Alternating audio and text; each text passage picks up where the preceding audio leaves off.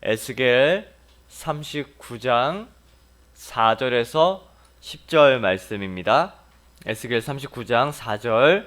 너와 내 모든 무리와 너와 함께 있는 백성이 다 이스라엘 산 위에 엎드러지리라.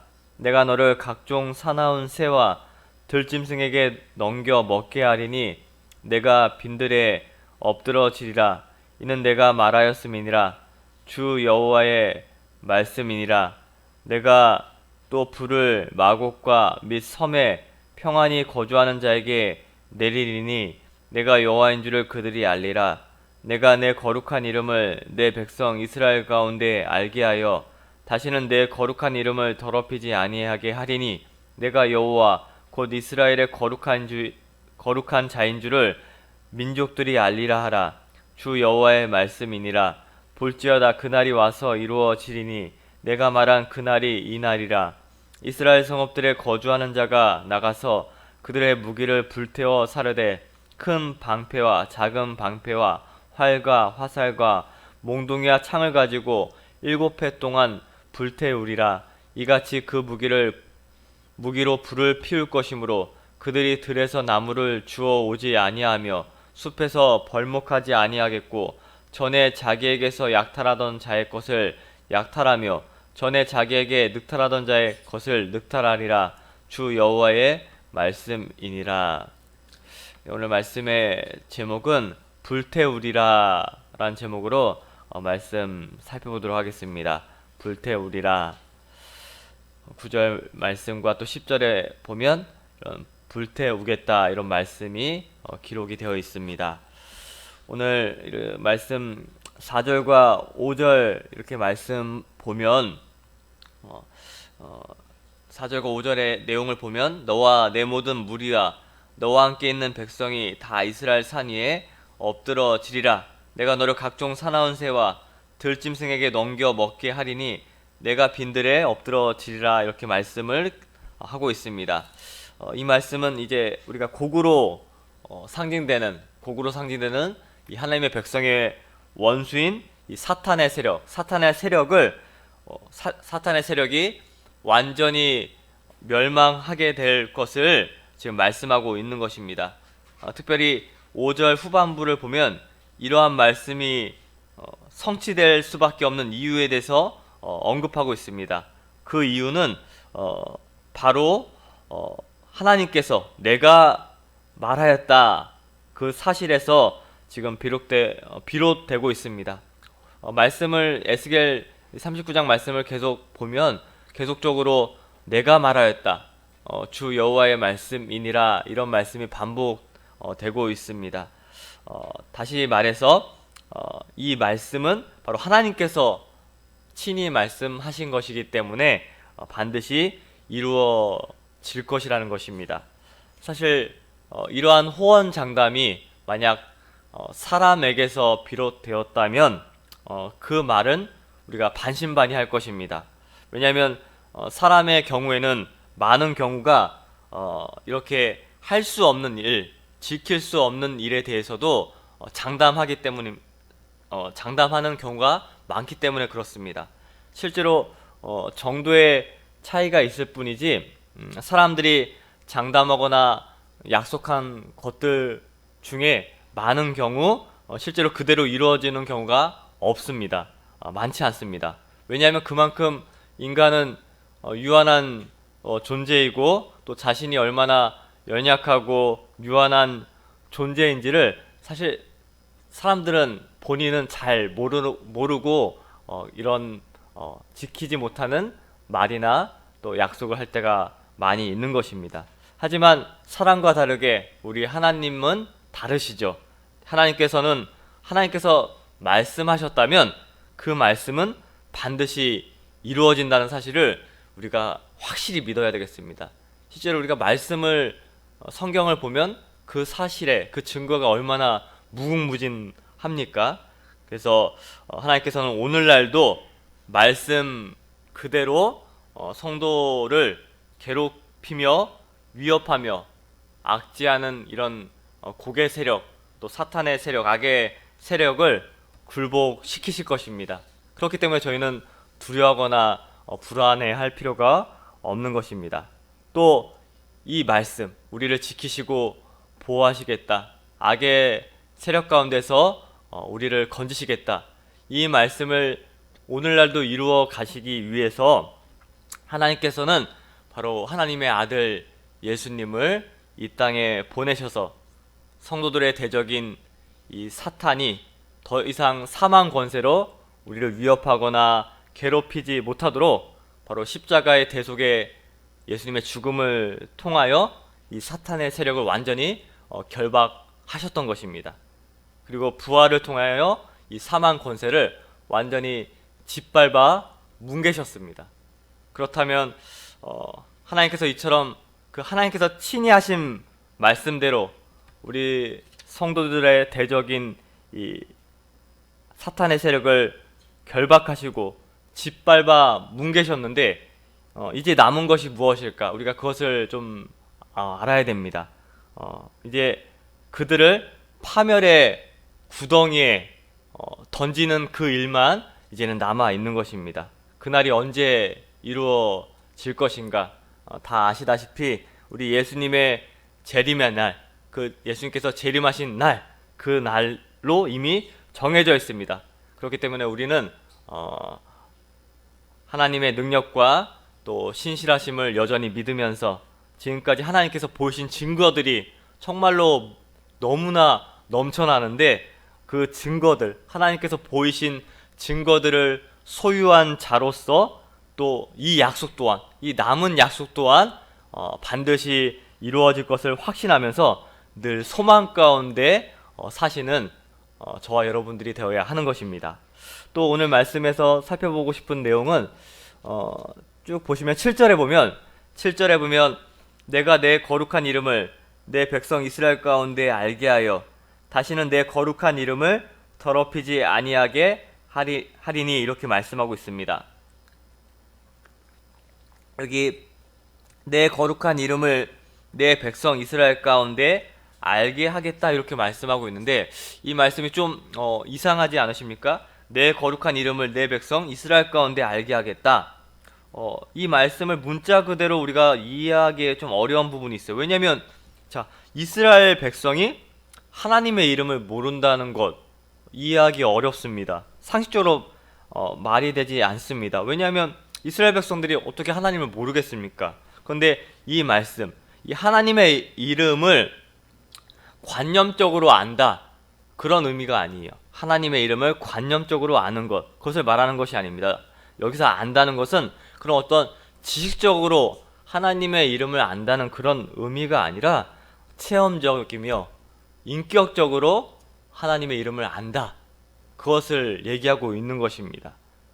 구약 선민인 이스라엘 백성들은 분명히 지식적으로, 관념적으로는 당연히 하나님의 이름에 대한, 여호와에 대한 지식이 있었습니다. 그러나 그들은 하나님을 여호와로 지식적으로, 관념적으로는 부르면서도 온전한 교제와 또 인격적인 사랑의 체험으로는 하나님을 여전히 알지 못하고 있었던 것입니다.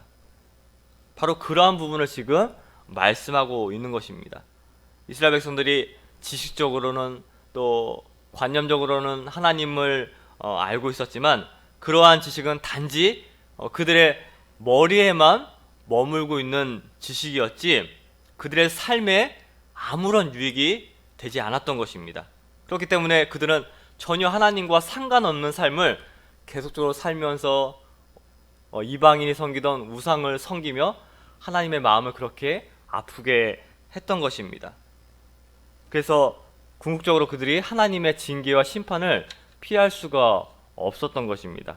그러나 이제 회복된 이스라엘 선민 백성들은 자신들을 위협하는 이 고개 세력을 완전히 멸하시는 하나님의 이름을 이제 단지 지식적으로 관념적으로 아는 데 그치지 않고 이제는 경험적으로 또 인격적으로 이제 하나님을 알게 될 것이다, 그러한 사실을 하나님께서 지금 알려주고 있는 것입니다.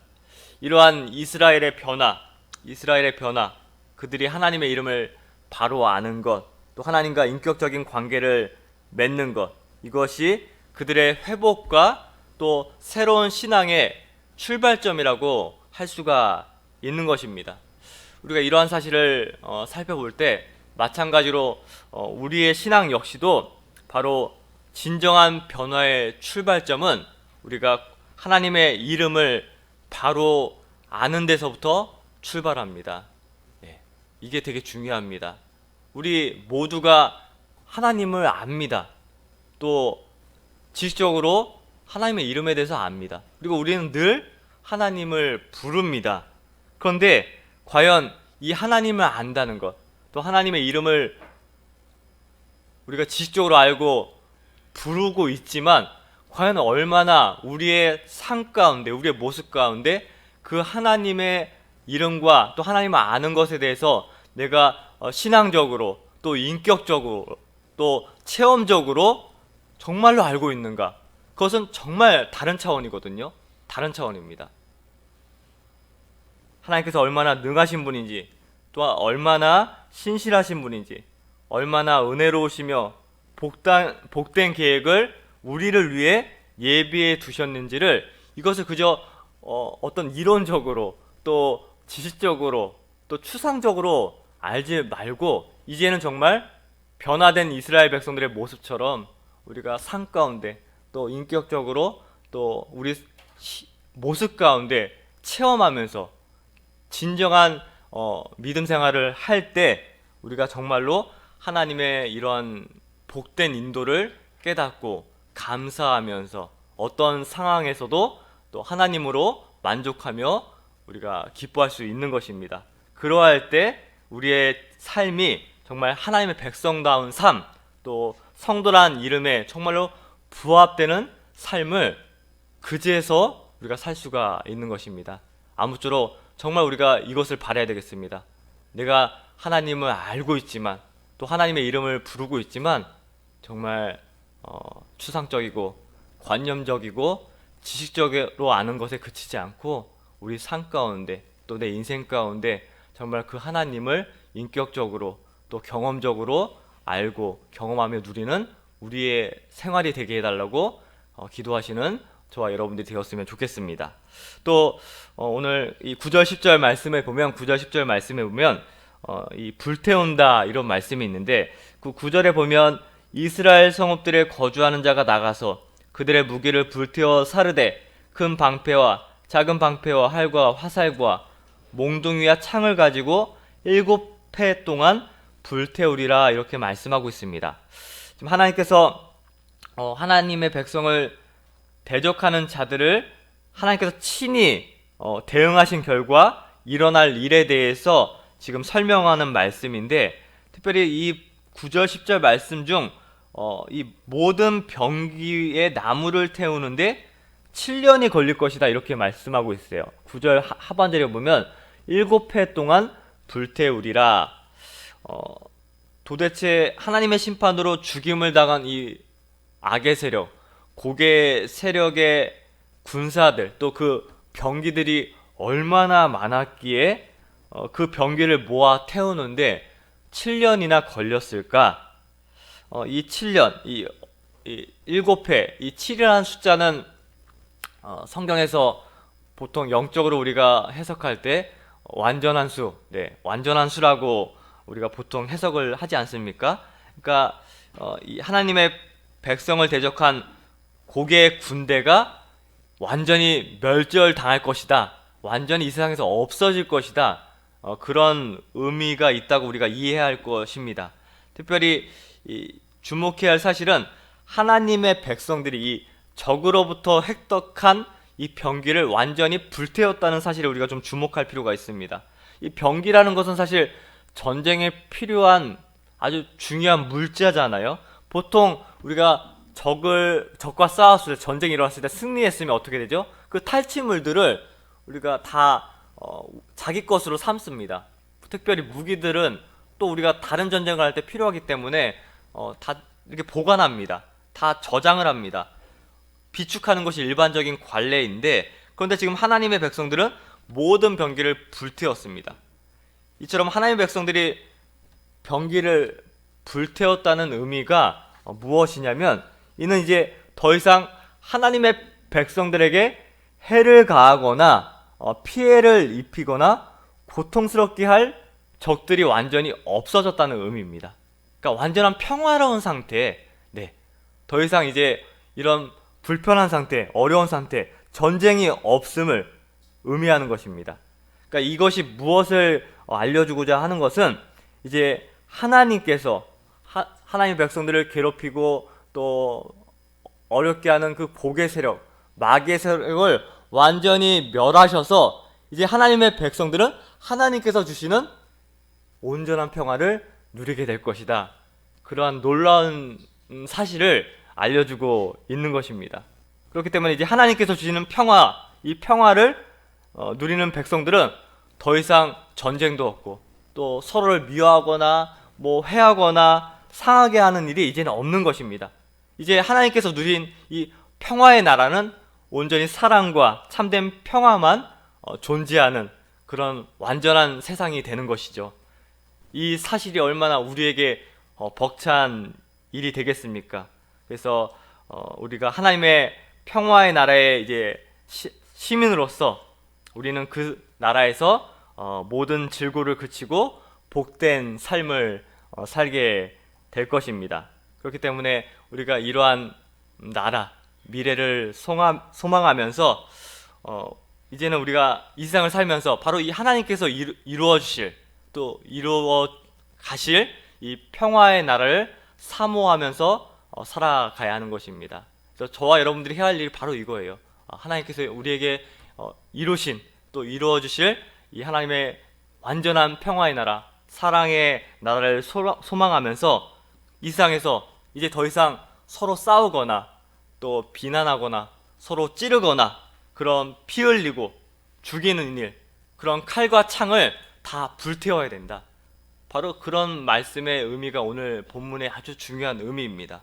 도리어 우리는 그 칼과 창을 다 수거해가지고 불태우고 이제 그 칼과 창을 바꿔서 쟁기와 보습, 일구어가는 것, 그런 남을 세우는 일, 그런 하나님께서 우리에게 원하시는 그런 삶을 살아 나아감으로 말미암아 평화의 왕 되신 하나님처럼 우리가 평화의 백성으로서 장차 상함도 없고 해함도 없는 그 천국의 나라를 소망하면서 이 세상에서 평화의 시민으로 살아 나아가시는 저와 여러분 되시기를 간절히 소망하겠습니다. 네, 말씀 생각하면서 잠깐 기도하겠습니다. 하나님께서는 우리를 대신하여 우리의 대적 곡과 마귀와 싸우셔서 완전한 승리를 이루어 주심으로 이제는 더 이상 무기도 필요 없고 전쟁도 완전히 그치고 이제 하나님 나라에서 하나님께서 이루어 주신 평안과 충만한 사랑을 누릴 수 있는 하나님의 나라에 거하게 하여 주심을 진심으로 감사드립니다. 이제는 우리가 하나님의 평화의 나라의 시민으로서 서로 싸우고 비난하고 상처내고 피 흘리는 일에 우리가 쓰임받는 것이 아니라 보살피고 회복시키고 또 고쳐주는 일에 쓰임받는 참 평화의 왕 되신 하나님의 백성다운 삶을 사는 저희들 되게 하여 주시옵소서. 눈이 많이 오고 있습니다. 우리 성도님들, 특별히 연로하신 성도님들 오고 가는 길에 넘어지지 않도록 또 사고 나지 않도록 안전을 지켜 보호하여 주시옵소서. 오늘 수요 예배도 함께하여 주시옵시고 감사드리오며 예수님의 이름으로 기도하옵나이다. 아멘.